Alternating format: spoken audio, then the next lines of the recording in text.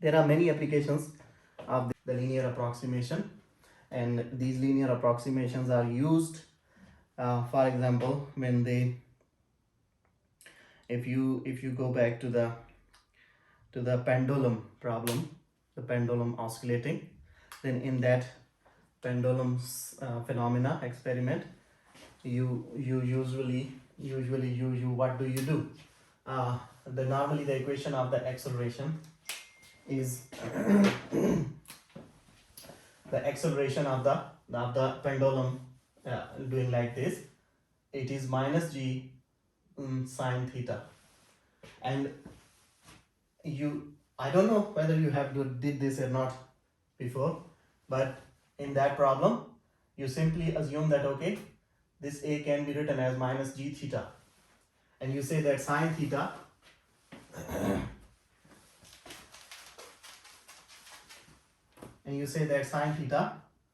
is approximately equal to theta. Now these are two different functions. Theta is one different thing and sine theta is one different thing. So what is happening? The same thing here. You said that under the root x plus 3 is approximately equal to 7 by 4 plus 1 plus x over 4. So you said you two different things are approximately equal. The same thing is happened here. And why you say this? I asked you another question, that what is your argument on limit x goes to 0 sine of x over x equals to 1. Why you say this becomes 1? And I gave you the detail in the answer. So the same thing here is that if you replace the theta with x and you try to check the values of the sine x from started from 1 and go from towards the 0, go towards 0, do not go to 0, but go towards 0. Then when you are very next point before 0, you see that both these values, the value of the x and the value of the sine of x, they become equal. That's why you say that when this theta is very small, that it approaches 0, then sine theta becomes theta. They become equal. Means whatever the value of will be value of theta, it will also be the value of sine theta. In general, when you put sine, for example, sine 2, the answer will not be 2, right? When you put theta 2, theta equals to 2. Now, this is theta, this is 2, and this is sine theta. This value will be different than this value.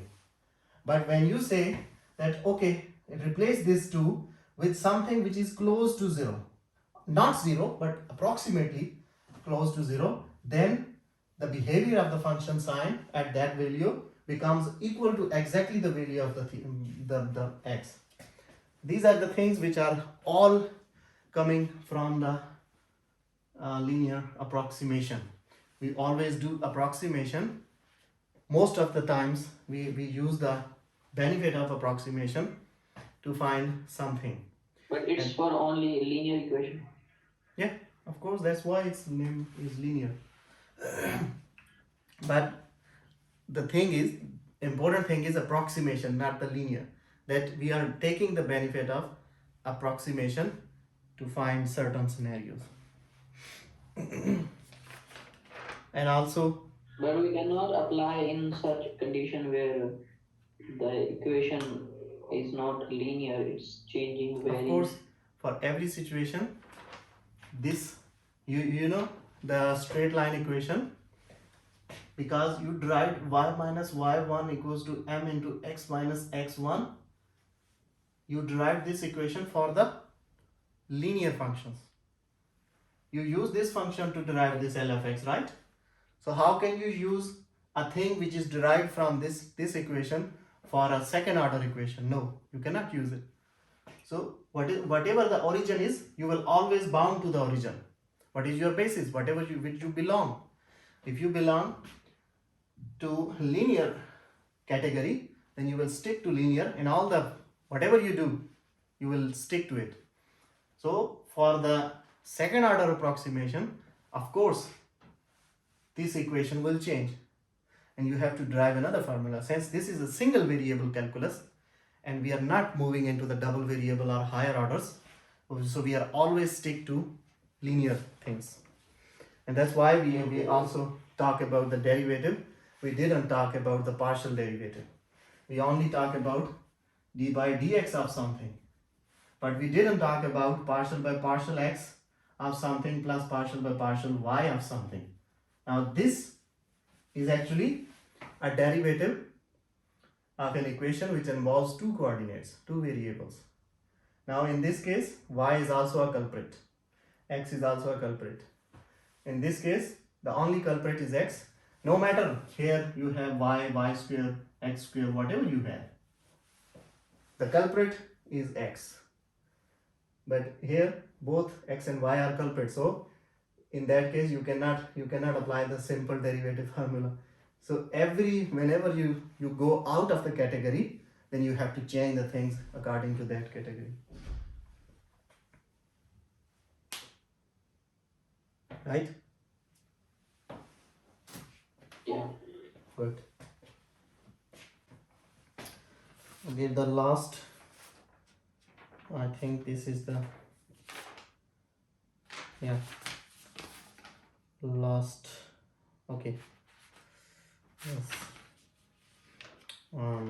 last topic of this chapter, differentials. Now, and look at this diagram. If we have a curve like this is a curve, and for this curve, this point is the point of tangency, and this is the, I'm not good at drawing, but just assume it, this is a straight line.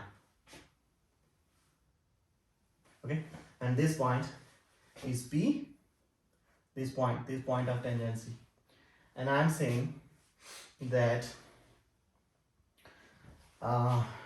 okay, this was my x-axis and this is my y-axis. Now I'm assuming that this is the point of interest, and from this point here the distance is x from the origin, or where the curve started, let's say. So whatever, this is not interest, the interest is what will happen next. I'm saying this is the point x, and I already told you that what we did in the last section, we only tried to find the neighborhood of this point, which we said p plus delta x or p minus delta x, right? A very small movement. So actually from this point, if I say the corresponding point on the x is this, then I actually calculated a small movement. This small movement is delta x, and I try to calculate the next point, and I say the next point on the curve is this. Are you getting my point? Here I am writing it bigger so that we can understand, but just stick back to this phenomena. I told you that if this is the point of tangency A, then I am actually interested into the edge positive and the edge negative, very small points, and I am saying that the very next points after the point of tangency, but on the curve, not on the tangent line. So I am saying, okay, suppose this is the very next point, this one, which is a very small delta x, and this is the next point on the curve because of this small movement from the point of tangency to this point. This is delta x. Then what happened? The corresponding change in y, if this was my y, from this to this point, what is this? You know this. This is y, the height. So corresponding to this, there is a small change. So actually, the original y was here. This was the original y, right? Okay. Yes. And this is the delta y, right? Because of this delta x. When I moved a little on the curve from here to here, then corresponding to x-axis, this distance is delta x, and corresponding to this delta x, the corresponding change in the height of the curve, the rise or fall of the curve, is delta y. But I said that this was my tangent line, and I said that using the tangent line, I assume that yes, my linear approximation gives me f of x from what? From the equation of the tangent line. From the equation of this line, I approximated the equation of the curve using the linear approximation.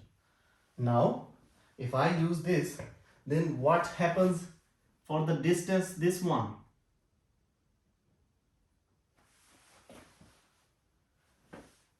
This is the error. You understand? Because when you jumped, if with the naked eye, okay, when I said very smaller, then it looked like I didn't jump a lot. I moved from this point to this point, and it looked like it was not a big distance.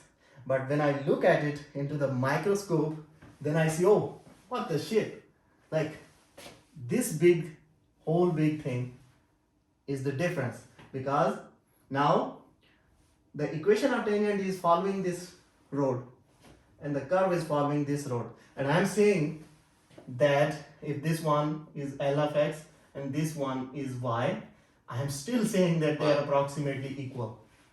How can I say that? So whenever you will take, what's the problem here? The problem is here that whenever you will take a bigger point, the margin of the error will be bigger. That is why delta x is always taken negligibly small, approximately equal to 0. But still, it is not our point of interest. The point of interest is that if we want to calculate the change in delta y, what is the change in delta y? It is actually the change in the function x according to the delta x minus the original function, right? What is delta y? This thing. If you look at this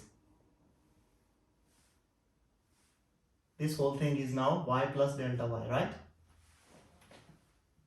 So if I simply want to find this delta y, this is delta y, I want to know this, then what is this? This is this. Delta y is equal to the change in the function from for the smaller delta x, the change in the function y according to the x. So actually my function y was f of x. So when I made a little change in it, then the delta y means, okay, y plus h, what does it mean? It means f of x plus h. So the smaller change in it is this. You already know this, that if you on this line, if this is delta x and this actual thing is, this is x, then as a whole, this is x plus delta x. Now if you want to find this point delta x, you subtract the original function from the bigger function. So you subtract x plus delta x minus x. Similarly, when you find if this is the y, original y, and this one from here to here is the change in y, and if you want to only know this change in y, then it is actually the change function f of x plus delta x minus the original function, right?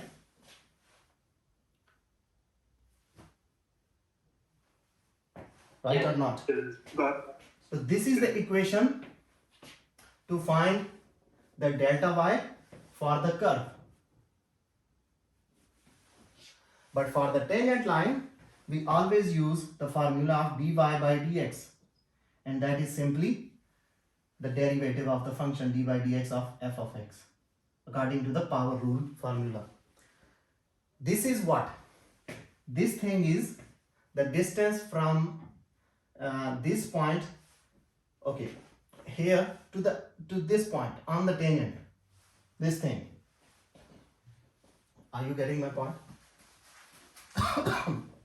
Yeah. Let me write here. This is straight line, this is the curve. Now a change in this it gave me this change, and this was the original thing. This thing is delta y, but according to the same scenario, this whole change from here to here, this point to this point, this is the change delta y plus something. Plus something what? Plus this error. And as a whole, when we try to find this whole thing, we say that it is equal to dy by dx for the tangent line. So for the tangent line, we want to know this thing by using the power rule formula. But for the delta y, we already know this from the definition. So these two things will give us that how much error is coming here. Let us do an example. We have a function and this error is coming because I already explained to you why it's coming, because we are not allowed to take a bigger value of delta x. This happened because of the larger value of delta x. If delta x is negligibly small, equal to 0, then this error will be negligibly small. So if I have a function y equals to f of x, and this is x cubed plus x square minus 2x plus 1. So what will be the delta y at a point? Okay, he says that this point is, suppose this point is 2, okay, and we change from 2 to 2.5. He said this point is 2.05. So what is the amount of delta x? Delta x is the final point minus the initial point, that is 0.05. So this is the small change in x, and corresponding to this small change, he asked me find the delta y. So for finding delta y, I need f of x plus delta x minus f of x. What is x? 2, the initial point. So x is 2 and delta x is what? I just calculated, it is 0.05. I need these things. X plus delta x means 2 plus 0.05 means 2.05. So to find this thing, simply put this value into this function. So first thing, f of x plus delta x, it means f of x plus delta x is equal to 2.05. Just put this value into this original function, then you will get this thing. And when you put it, let me just write the answer. It is 9.717625. So I got one value for delta y. My purpose is that find delta y and find dy. Dy I will find using the direct derivative formula. Delta y I will find using this formula. And I want to see how much is the error. Means delta y belongs to the curve, this portion, and dy belongs to the tangent, which is from here to here, this portion. So this portion belongs to dy and this portion belongs to delta y. And this portion is for the curve, this whole portion is for the tangent. So I actually want to know that I took the advantage of tangent line to find the curve, but whenever the tangent line will go further, the curve is bending, the distance is increasing between them. So how much is the error increasing between them? Because they are spreading day by day. Anyways, so I got the first value. Now I need f of x. What is my x? X is 2. So it means I need f of 2. F of 2, when you put here, the answer is 9. Now use these two values into this formula and you will get the value of delta y. Delta y equals to f of x plus delta x, that is 9.717625 minus f of x is 9. The answer is 0.717625. This is delta y.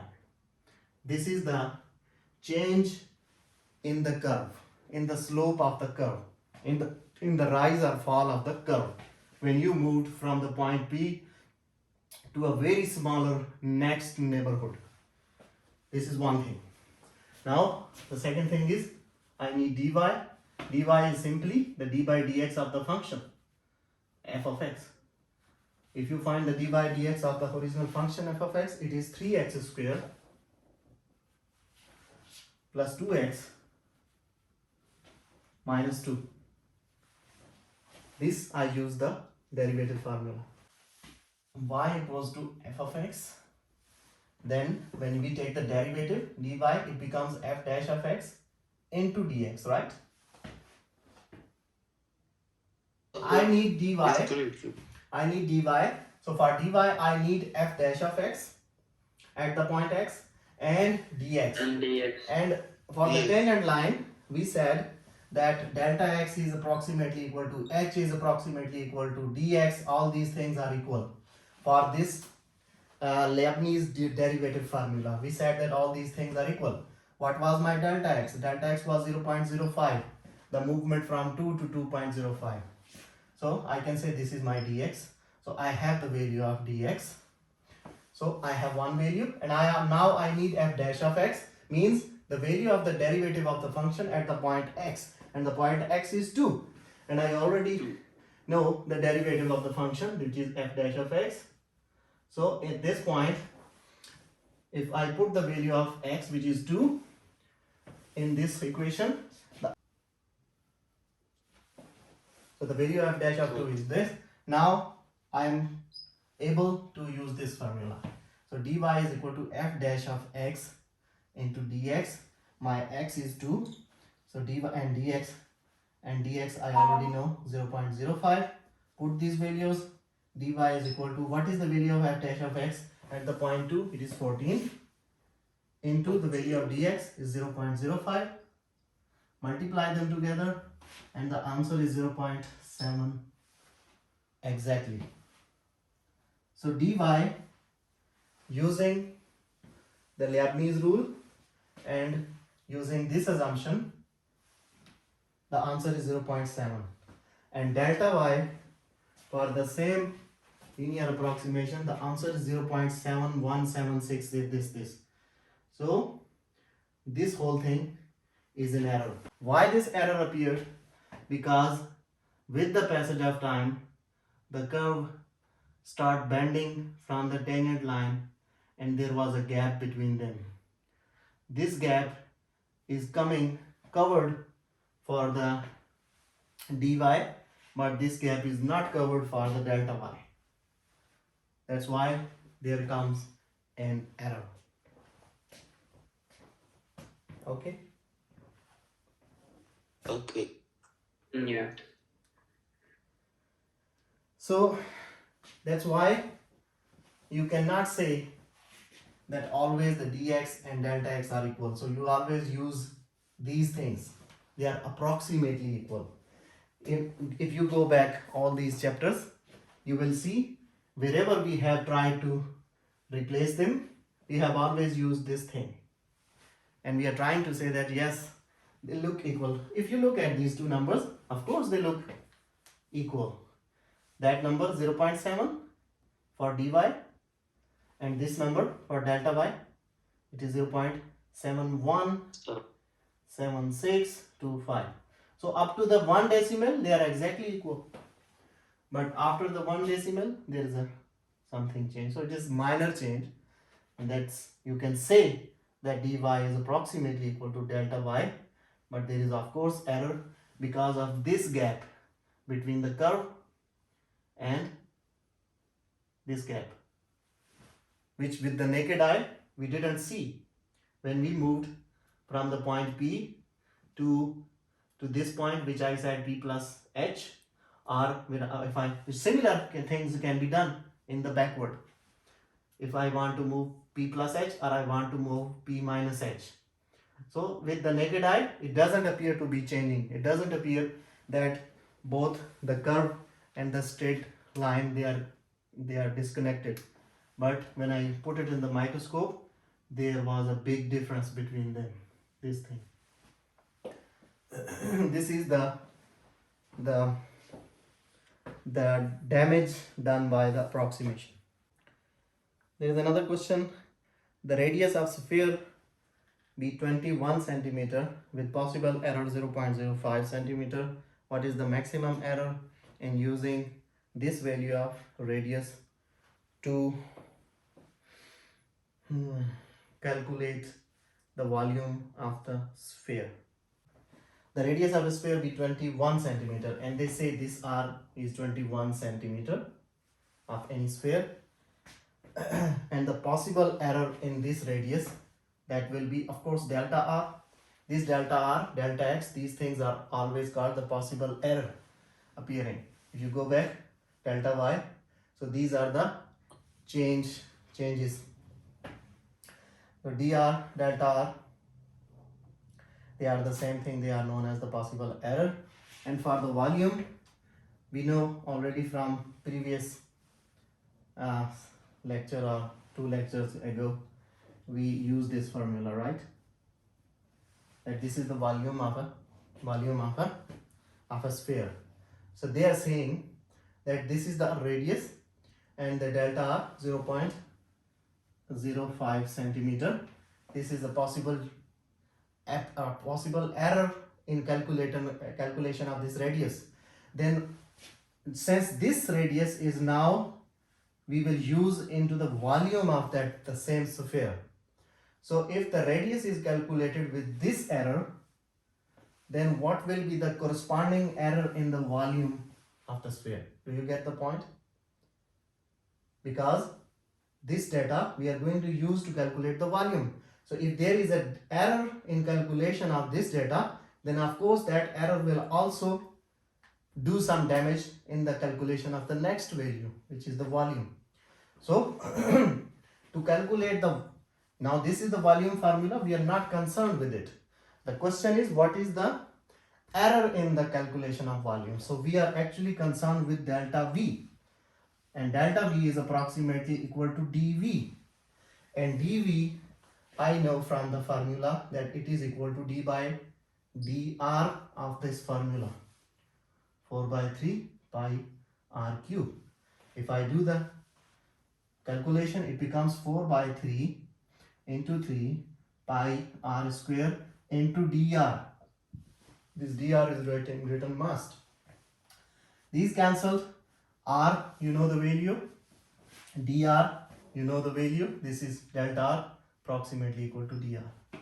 So when you put them together, the dV, which is approximately the delta V, the error in calculation of the volume of the sphere, and when you put the values all together, the answer is 277. Maybe 2.77, I don't know, you can just calculate, but whatever it is, the point of concern is that the damage actually started from the radius. A person, he measured the radius with the tape, and he made a mistake of 0.05 centimeter in measuring the radius. Now another person came and he just picked up this data and he tried to calculate the volume of the same sphere, and he used this data. Now there was actually a small error appearing in the radius. When he used the same data in the volume, you can see a big difference. The volume of the sphere has a big error. So the culprit was this guy, but the damage is done to the other guy. Let's just try to begin the next chapter, and we can finish this class, and next time we can do the chapter 4, next chapter properly. What is this?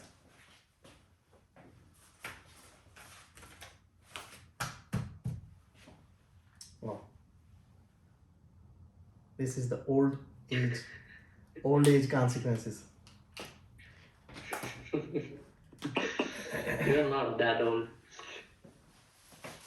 It's actually the problem with the people like us who are the researchers. It happens with me and people like me. Sometimes if I am cooking, it happens. Luckily it didn't happen actually, but about to happen, that sometime I'm just going to put the cell phone into the oil, and that's a big damage. But I luckily I saved myself. Because sometimes we are just trying to think something else, and we are How doing. old are you?